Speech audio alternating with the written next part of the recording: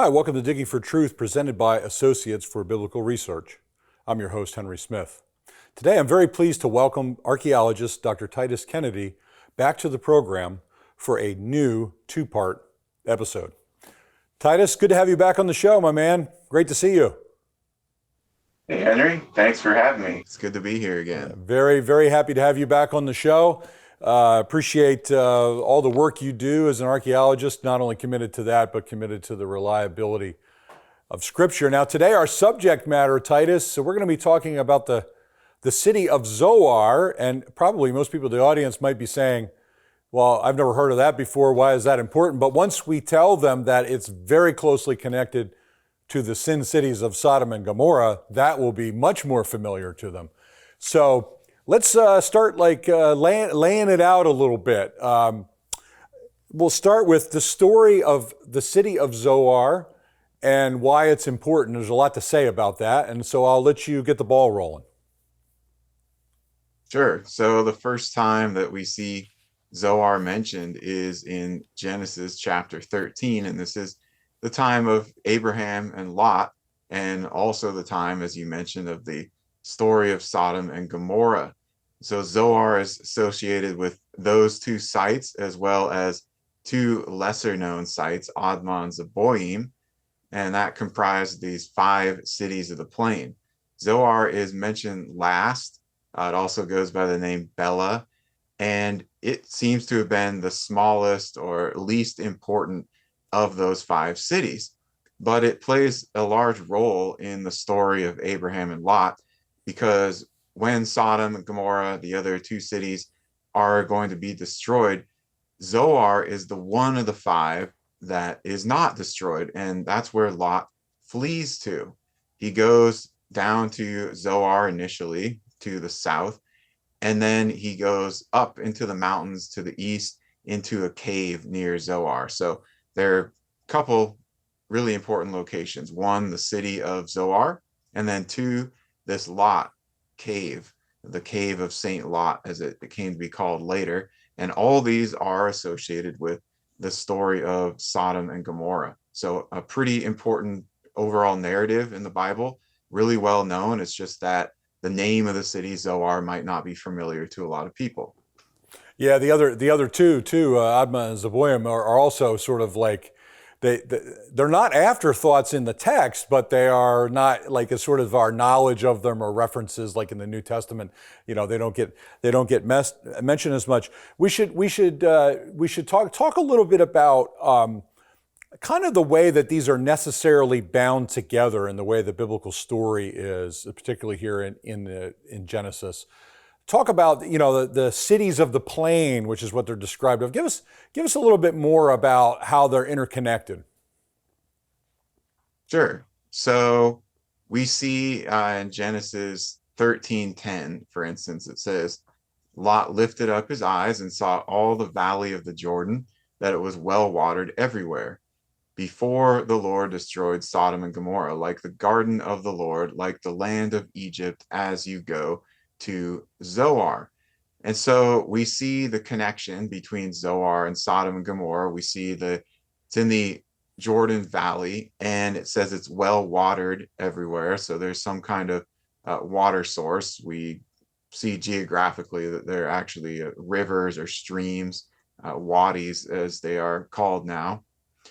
And in Genesis 14, it talks about how each of those 5 cities has a king, including Zoar, but Zoar is the least of these. Zoar is situated to the south, and we see that possibly because of the way in which the cities are listed. Zoar comes last, and it may be some sort of north-south type of issue, but we also see it referenced as you go to Zoar, like the land of Egypt, as you go to Zoar. And so it seems to be down farther to the south than, say, Sodom and Gomorrah. Zoar isn't mentioned a whole lot in the Bible outside of this narrative. We do have a passage in Deuteronomy 34 where it says, the Negev and the plain in the valley of Jericho, the city of palm trees, as far as Zoar. So it's giving some boundaries. And then Isaiah and Jeremiah both mention Zoar. And so we know that it was still a city in existence at the time of the prophets.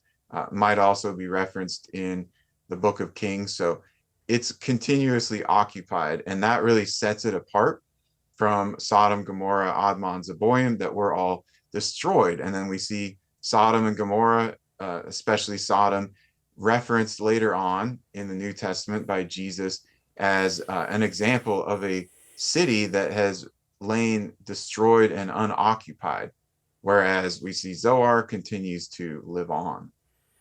Yeah, it's really interesting. We're going to revisit some of those points that you make from your overview as we go through our two shows together. I was curious if you could help the audience understand a little bit about the expression here.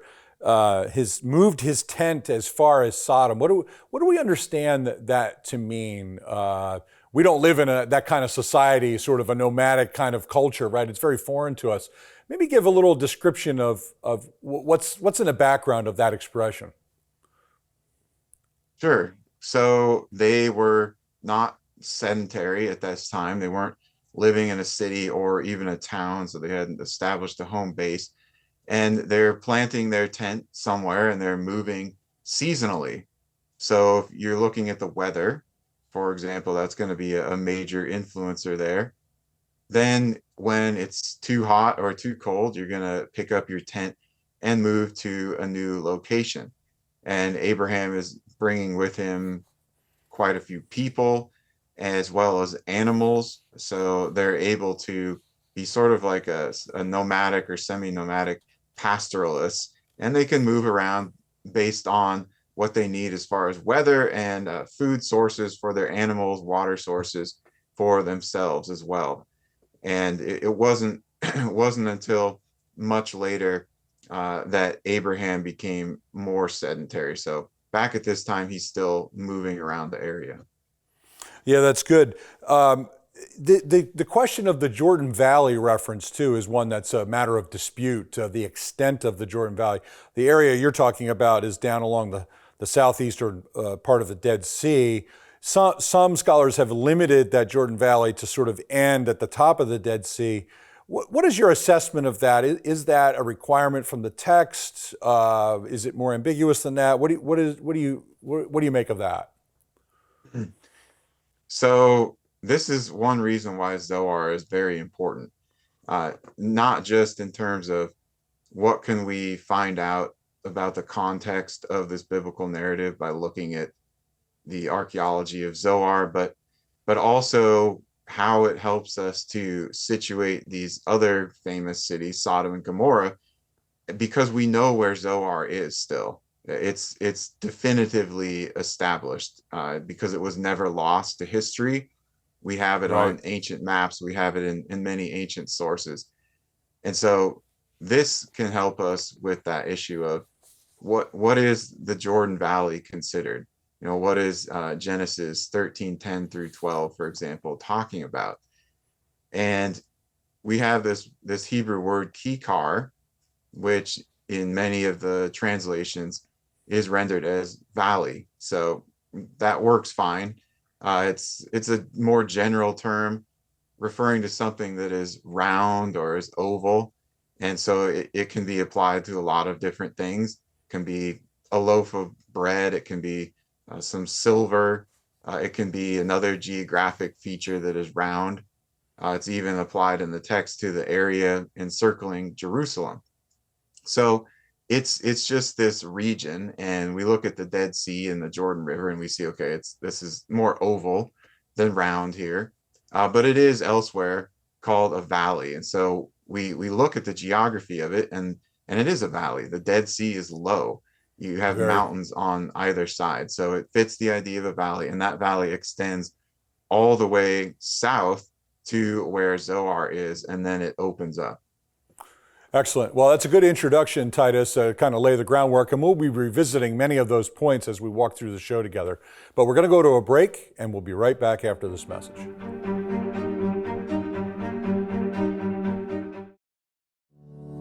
Bible and Spade is a non-technical quarterly publication published by the Associates for Biblical Research. Written from a scholarly and conservative viewpoint, Bible and Spade supports the inerrancy of the biblical record and is a must-read for both the serious Bible student and anyone asking if they can really trust the Bible. Archaeological evidence, properly interpreted, upholding the history of the Bible. Subscribe today at BibleArchaeology.org.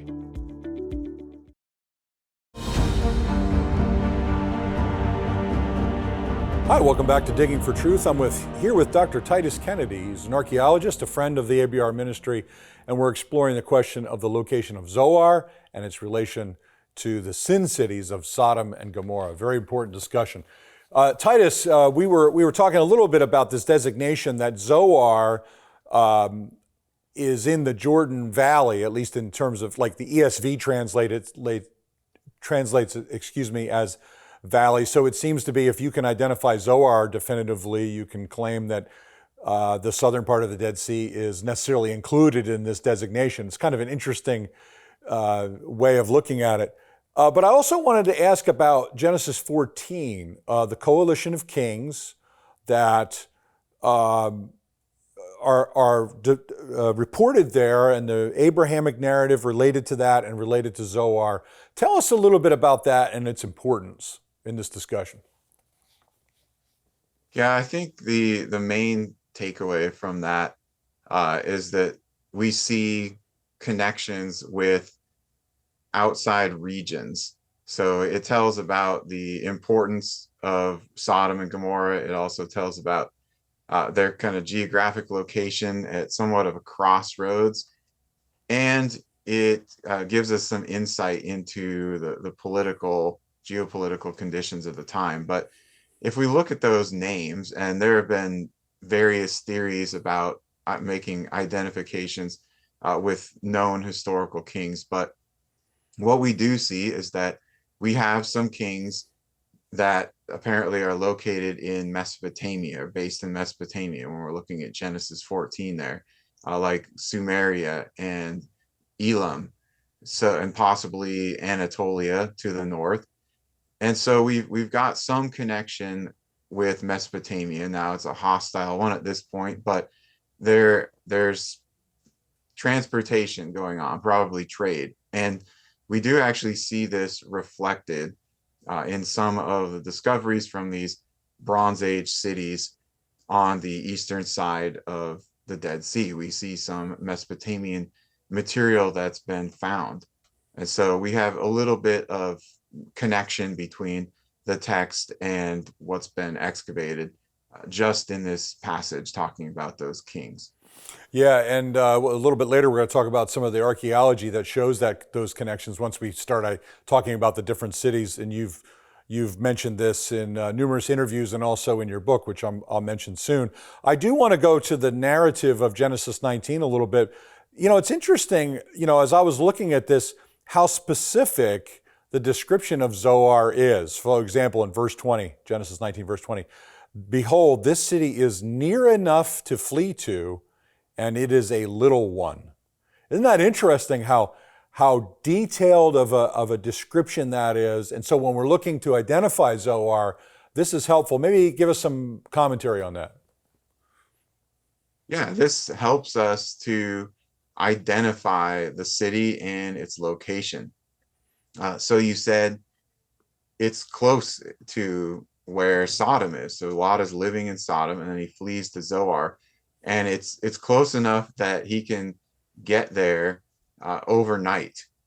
So he leaves, he spends 12 hours, let's just say something like that or so, and he gets to Zoar. So that limits the distance between Zoar and Sodom to something traversable in, let's just say, a day, half a day, something like that.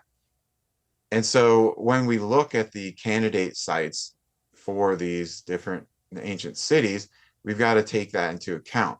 The other thing is that if we're looking at Zoar and we're looking at Sodom, then Zoar should be in the Bronze Age. It should be smaller footprint than the city of Sodom. So that's very helpful when we're looking at things from a geographic and archaeological perspective. Yeah, when we start talking about some of the excavation, one of the things we would look for is architecture, right? When Zoar has been identified, and I'm convinced and especially after we go through the show, I think our audience will be convinced that this is the one site that we can be certain about. You would look for architecture from that time period and be able to compare it to the other cities of the plain. Is it truly a little one, right? We can actually test that on the ground. That's a great thing about the biblical text, right? It's interesting too, to find the identification right, you also have to have, hopefully, a cave nearby. You mentioned that in our first segment, but let's explore that too, because Lot doesn't want to stay in Zoar, he's afraid. And so we got to have this story with Lot's cave. Let's talk about that. Yeah, so in the text of Genesis 19, he gets to Zoar, and then it says that Sodom and Gomorrah are overthrown in verse 24 and then 25. We see that. So he gets to Zoar, but then he decides he's not going to stay there. And it says in verse 30, Lot went up from Zoar and stayed in the mountains, and his 2 daughters with him, for he was afraid to stay in Zoar, and he stayed in a cave. So we've got to have him from Zoar be able to go up into the mountains nearby, and there's got to be a cave there. Well, if we just look at the geography of where Zoar is located, and we can even say it in general terms, we can talk about the details later, but just to the east of this area, there are mountains. Okay, so this is the top of the valley, basically. So very, very close to the city. You can walk up there easily today. And within these mountains near Zoar, there is a cave with an ancient tradition associated with Lot.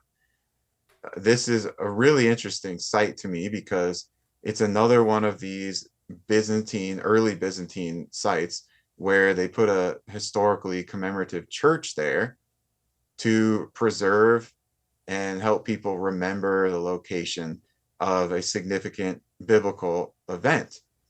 And yet, this is also a church that was lost to history for a long time. Yes. And some of the churches, of course, were in continuous use.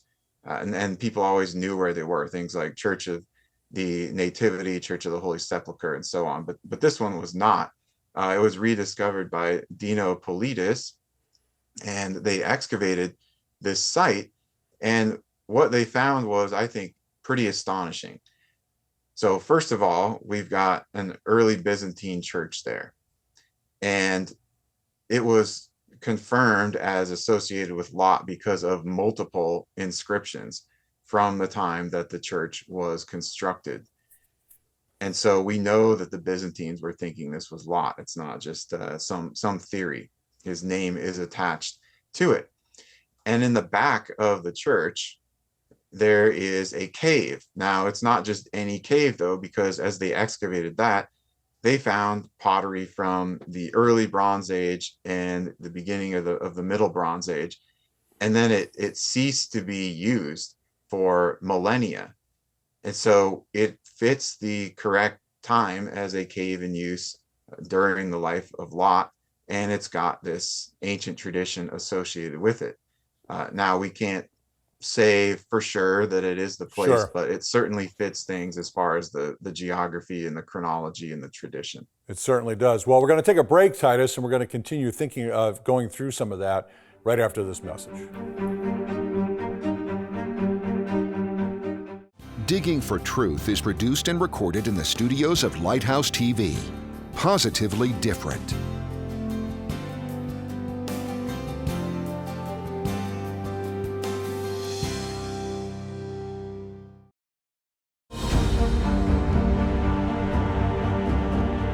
Hi, welcome back to Digging for Truth. I'm Henry Smith, your host. I'm here with Titus Kennedy, archaeologist, friend of ABR, and in fact, author of this book, The Essential Archaeological Guide to Bible Lands, which we've talked about before.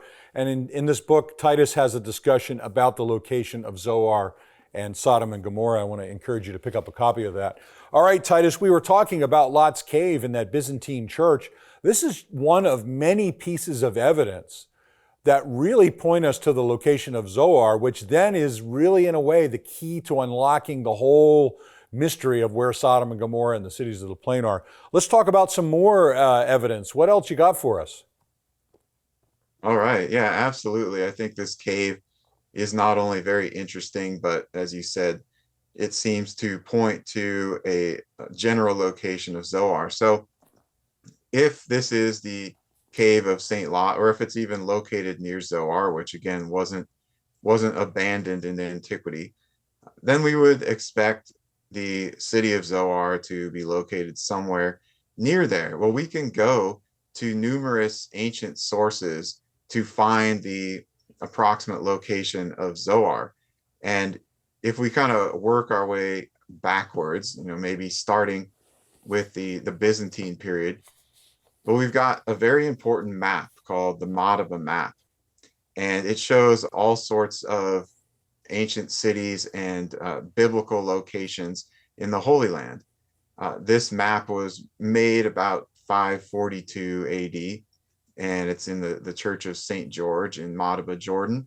But it wasn't actually known to scholars until 1896. So if you go back to earlier explorations for places like Sodom and Zoar, they're unaware of it, and so they're sort of fumbling around in the dark a little bit more. But it places Zoar on the southeastern side of the Dead Sea. So that's one criteria for us that's really important. Zoar was still in existence at that time.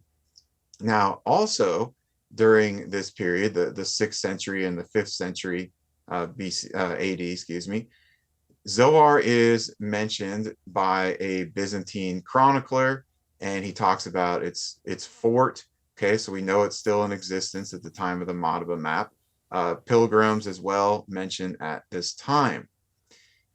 But if we go a little bit earlier now, the 4th century, we see there is a Roman source that talks about a Roman military encampment next to Zoar in what was called at the time Third Palestine. All right, well, this Roman fort has been discovered and partially excavated, and it is on a hill overlooking Byzantine period Zoar.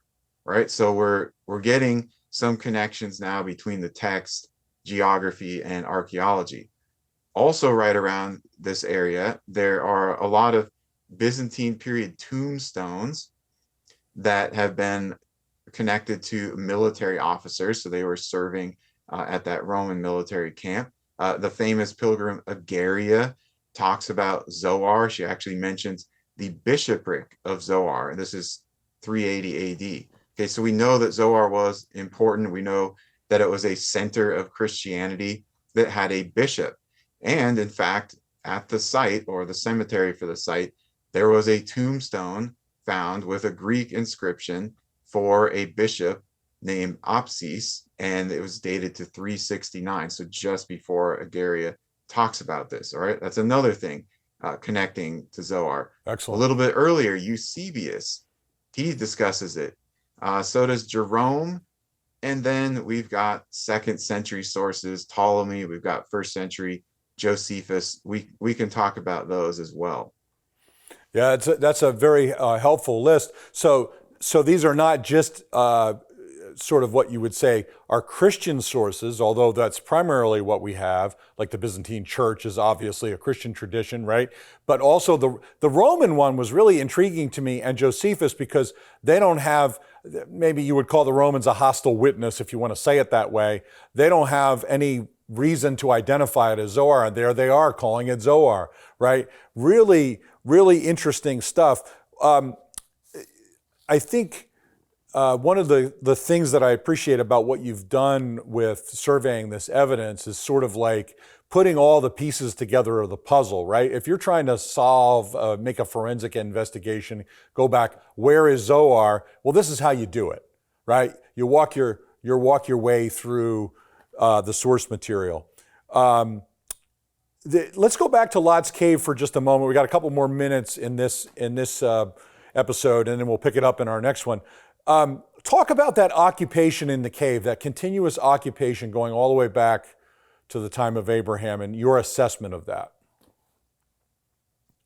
Yes. So inside the cave, which is immediately behind this church structure, they found material dating all the way back to the early Bronze Age and the Middle Bronze Age, and then it ceases after that until much later, millennia afterwards. So that tells us that it stopped being in use, and yet it fits the time period for Lot and Abraham. So depending on how people do both archaeological and biblical dates, Lot and Abraham would have been in this area either at the end of the early Bronze Age or the beginning of the Middle Bronze Age, and either one of those frameworks is connected to the archaeological evidence, fits what the archaeology says. And so we know it's not just some random cave that was carved out in the Byzantine period and then proclaimed to be the cave of Lot, but it was a cave used during his time. It was lost to history, or at least unused. And then the early Christians went and they erected this church on the spot where they at least believed it was a cave. Now, it's not the only cave in the whole area, but there aren't that many of them. And so it is pretty plausible, even high likelihood, that this could be the cave next to Zoar that Lot fled to. Excellent, excellent. Well, that's been a great survey of laying the groundwork for this, Titus. I appreciate it very much. But we're going to go to a break, and we'll be right back after this message.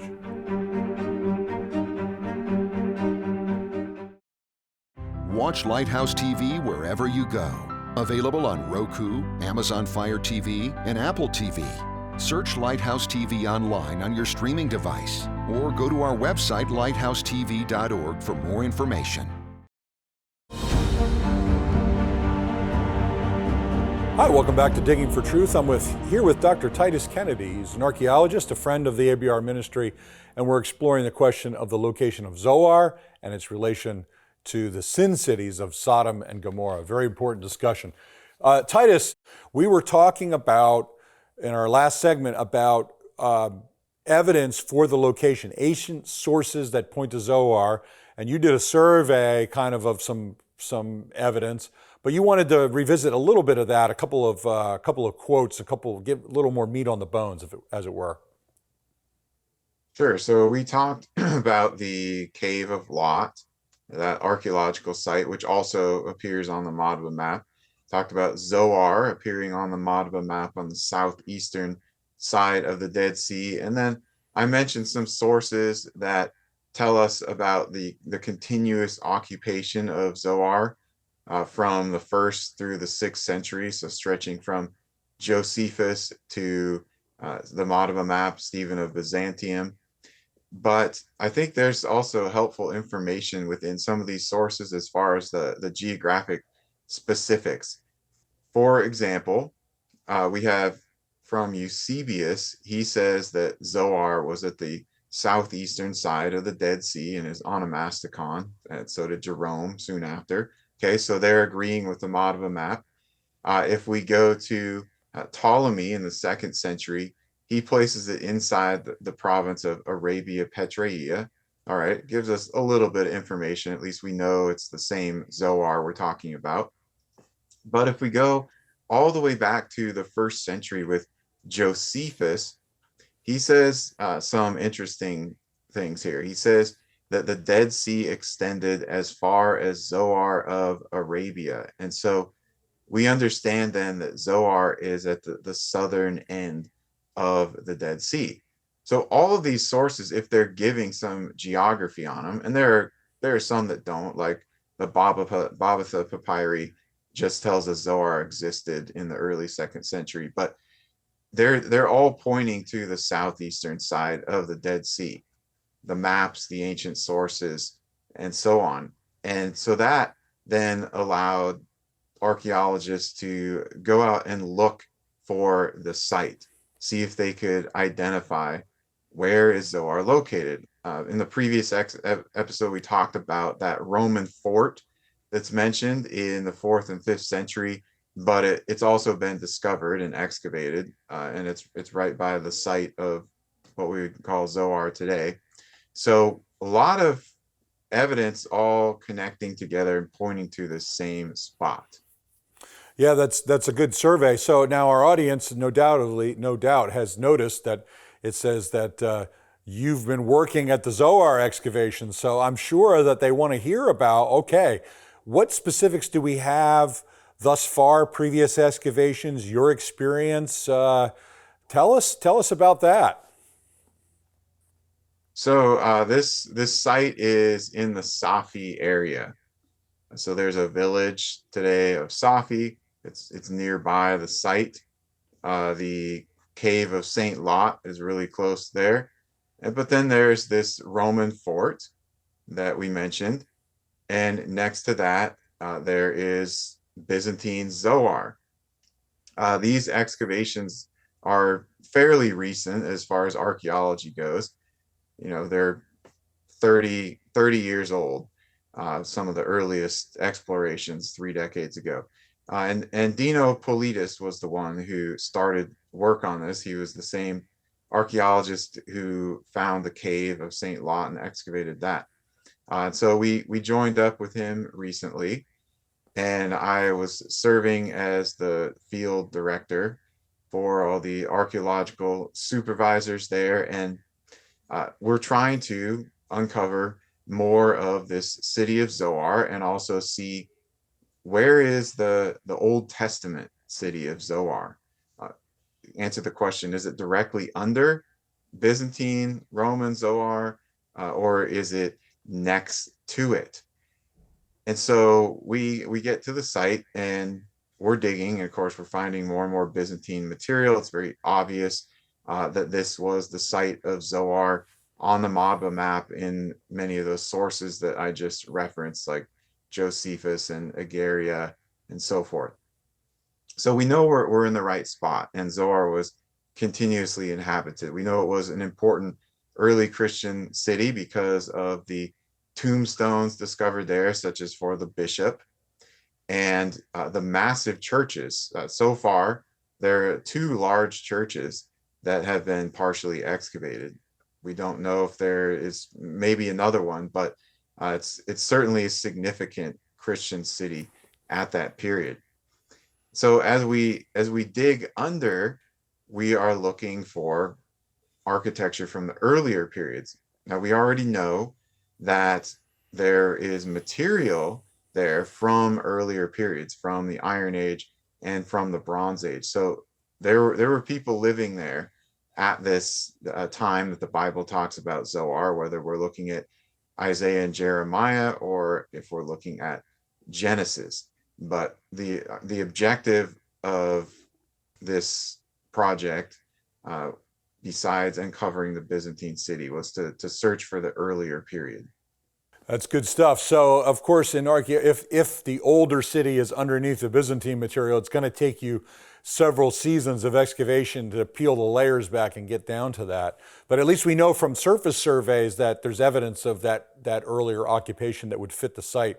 So that seems very promising to me. How many seasons do you anticipate being there?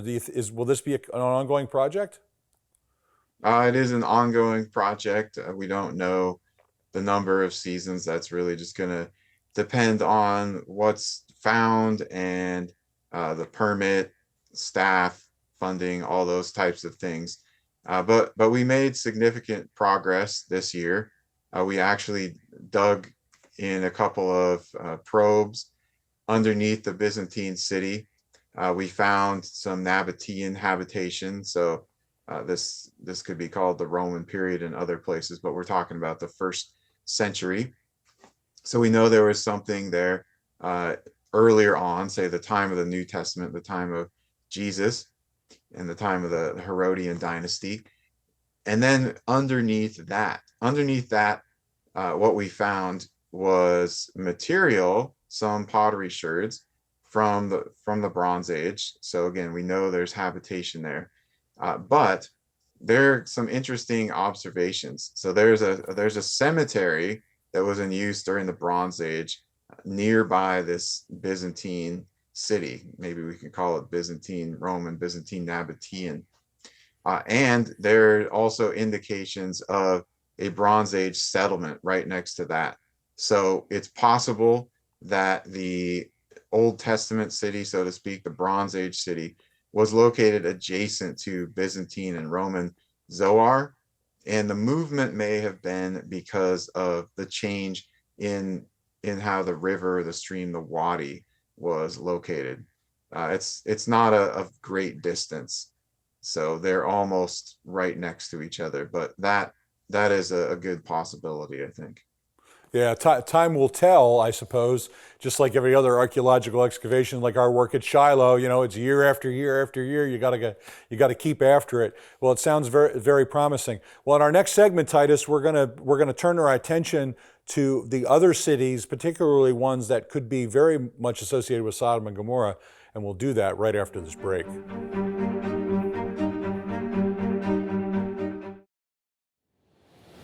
ABR is excited to announce the publication of Volume 2 from our excavations at Khirbet el-Maqadir. The volume details archaeological remains from about 350 BC to the 8th century. This includes a New Testament village that may have been visited by Jesus. Over 400 pages of analysis, photos, and maps. You can pick up a copy today by visiting BibleArchaeology.org.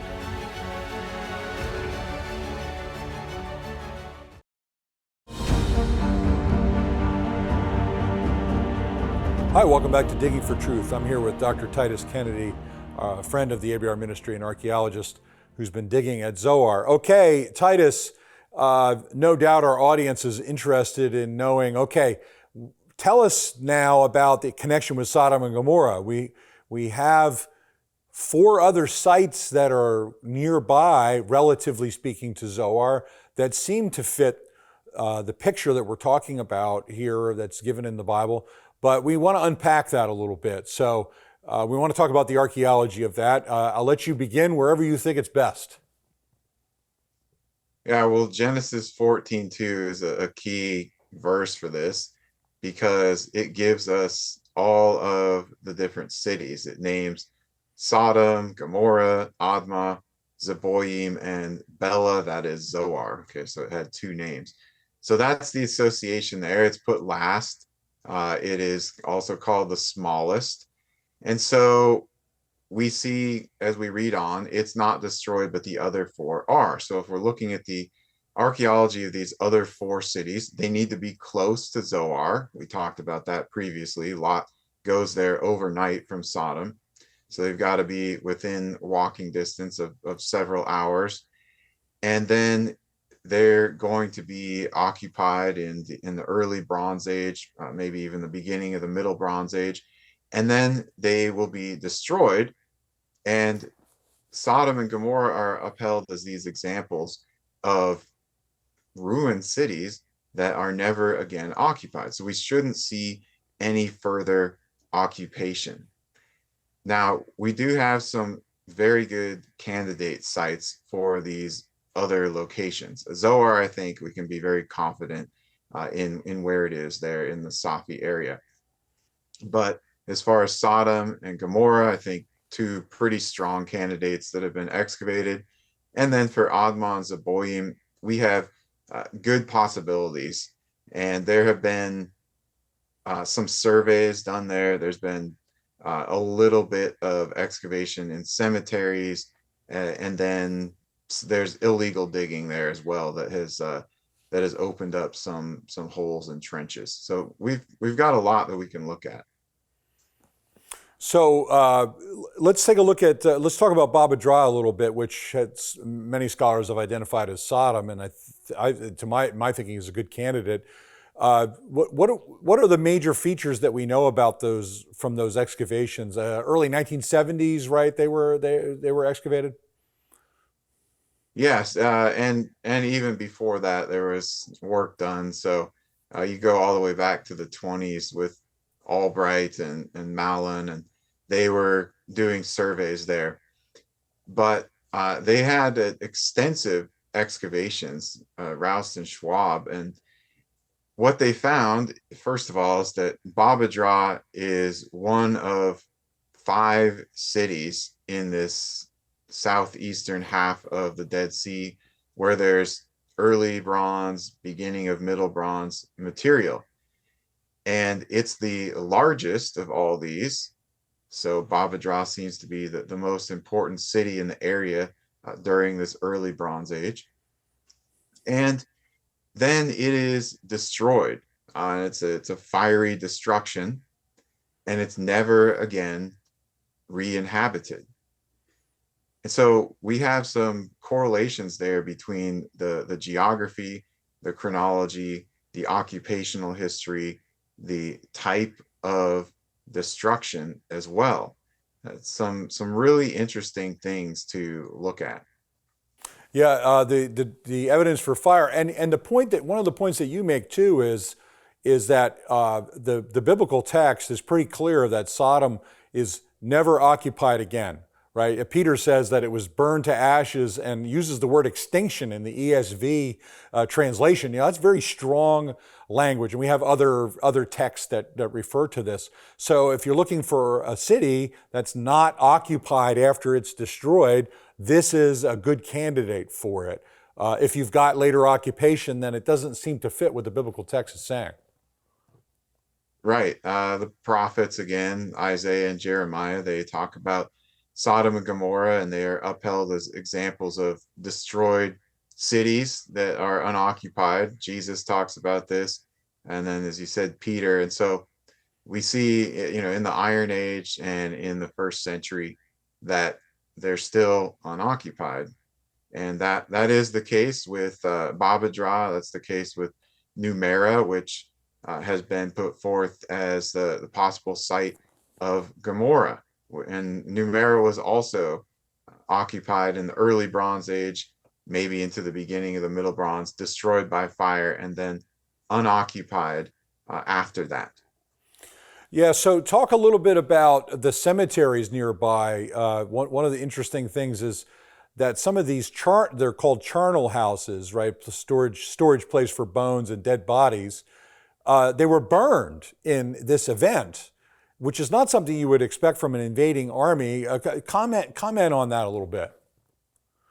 Yes, the cemetery at Babadra, which today is basically across the road from the site, was this massive Bronze Age cemetery. There are different estimates on it, but we can say at least hundreds of thousands of graves. And so we know that there was a large period, and it was used over many centuries, but of course ceased in this early Bronze, beginning of Middle Bronze period.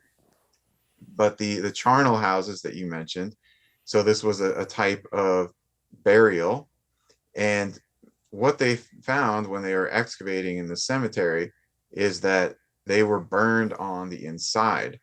And so initially they thought that, this must have been done to cleanse the grave, and then they would reuse it. But as they started to excavate more, they found one really great example that was more or less intact, including the roof. And so as they excavated that, what they found is that the fire had actually started on the top of the roof and then burned through the roof into the chamber and then spread. And so that seems to be what happened, that there was a fire that had started on top of these charnel houses.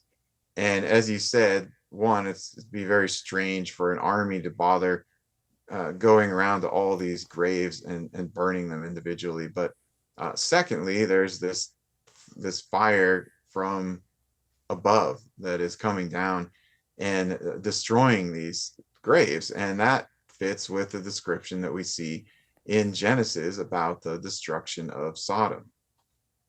Yeah, excellent. Yeah, it's very intriguing. And then, of course, in and of itself, it's not enough evidence. But as we often say, and as you and I have talked about, when you start to put all the puzzle pieces together, that's where the strength of the argument lies. Well, we're going to continue our discussion in our next segment. We'll be right back. Are you interested in digging even deeper for the truth? Then please visit the ABR website at BibleArchaeology.org and click on Bookstore. There you'll find a wide variety of resources designed to defend the Christian faith. Archaeology, apologetics, the text of Scripture, creation evolution, even study Bibles. You can pick up the perfect gift for the sincere seeker or fellow Christian. Visit Bible Archaeology and click on Bookstore today.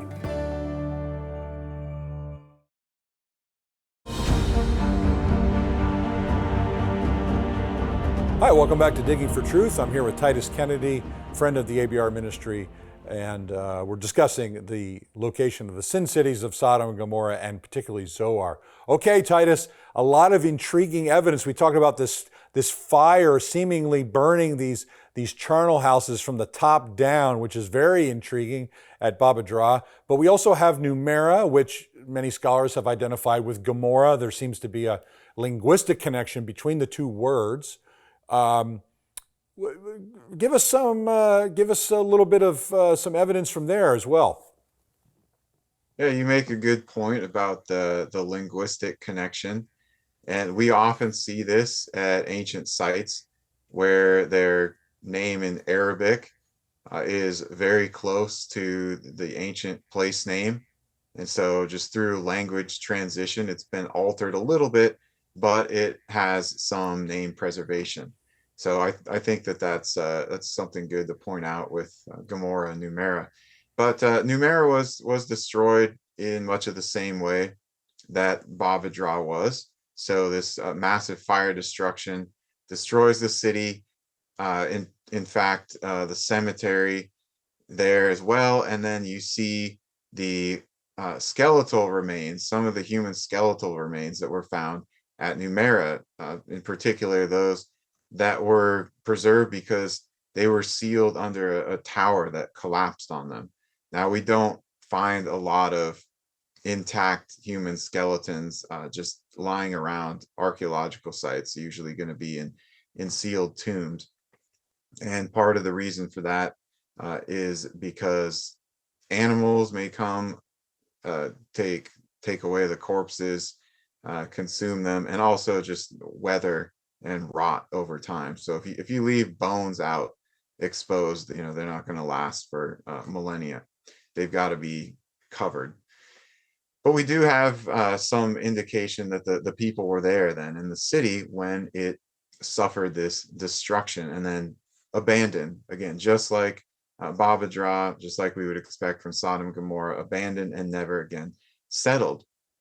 But I think beyond that type of circumstantial evidence, another aspect of this whole discussion that is really interesting and compelling to me is the other cities. So we've already talked about Zoar. I think that's well established as far as the location and its continuous occupation. But what about Adma and Zeboim? Well, there are two candidate sites, really the only two possibilities. And these are Fifa and Conazir. No, I don't know which would be which, but we've got two more. And if you look at them on a map, though, they all follow this north-south line on the southeastern side of the Dead Sea. And all of them are these cities that are built up on top of a hill. So it's on a natural hill, and they've got stone walls. They are also right next to a wadi or a stream. So there was this opportunity for agriculture in ancient times. Now today, the climate's a little bit different. There's not as much water there. There is still farming in the plain, but these wadis, they are not having continuous water running through them like they probably were in ancient times. So the irrigation, the agriculture has changed a little bit. It was very prolific at the time of Abraham in the Bronze Age. We see that from all the botanical remains that were excavated at Babadra. They were growing all sorts of crops. Yes. But these are just more things where you see the 5 different cities are connected. The same type of geography with the hills, with the wadis, the stone walls archaeologically, the early Bronze Age establishment of those cities. Now, Fife and Conazir have not been excavated in terms of the actual sites, but some of the surveying that's done there and looking at the illegal digging that's been done as well, what you can see is that there was occupation there in the early Bronze Age as well, and there are indications of destructions at those sites also. They need to be excavated thoroughly, officially, to give us some more detailed and correct information, but the indications are there that they also match the same type of city profile as Babadra and Numayra. And so you've got 5 cities then potentially that all look the same, and the same types of things are happening there in the right geographical area. And I think that is very compelling for identifying this with the 5 cities of the plain. Yeah, that's great. Again, like we've talked about, it's really a totality of the whole evidence. Now, one thing we want to do, we want to be as transparent as we can and address the issue of the dating of the pottery. If I remember right, some of the initial dates of the pottery fit reasonably with the biblical timeline, but then they were changed later because of carbon-14 dating. They were pushed back several centuries. So critics of this perspective say these cities were destroyed too early. Give us a quick tutorial on that, and what response you might say is appropriate for that. Yeah, that's correct. So if we're just looking at the pottery, then we do see some connections between the biblical time frame and the archaeological remains, the archaeological chronology of these sites. And so initially that was explored, and a lot of people bought into that. But as you said, there were some radiocarbon tests done later on, and those carbon-14 dates were some centuries earlier than the archaeological dates from the pottery. And so then many people started to revise the stratigraphy, the chronology of those sites, and say, they were destroyed much too early for the biblical chronology and narrative. And so this can't be that actual historical event that is being talked about in Genesis and elsewhere. But there has been a long-standing problem with radiocarbon dates in the Levant, in the Bronze Age especially. Now, there's been a lot of discussion in the Iron Age, but that is more about very precise refinement. We're talking periods of 50 to 100 years that people have been disputing about there, and I think it's fairly well solved at this point. But the Bronze Age is still a big problem, and archaeologists who dig in this region and dig in this time period, they know that the carbon-14 dates are not really lining up with the ceramic chronology, or even if you have data from, say, Egyptian scarab seals, there's an offset, and yes, we're not sure if it's consistent, but the radiocarbon dates are much earlier than the archaeological material. Yeah, we have previous episodes of Digging for Truth where we've had a couple of experts on talking about carbon-14 dating, and people can watch those programs so they can understand it a little better. Well, Titus, guess what? We've run out of runway, my friend. I'm so thankful for the work you do. Thank you for our friendship. Thank you for coming on to teach our audience about this evidence. It's very compelling. Very grateful, and grateful to partner with you, my friend. Thank you. My pleasure. Thank you for having me. It's been great. Friends, thank you for watching Digging for Truth. We appreciate you watching these 2 programs. We want to be reminded about the destruction of these cities, Sodom and Gomorrah. These are pictures that are used by the New Testament authors to talk about the judgment to come. God is a just and holy God. And the way to escape from that kind of destruction is to flee to Jesus, the one who forgives our sins and delivers us from the wrath of God. And so we hope that you'll take this archaeological evidence and the stories that are found in Scripture, that they really happen, apply them, and know that you can turn to Jesus to escape from God's judgment. We thank you for watching, for Digging for Truth, and for praying for our ministry.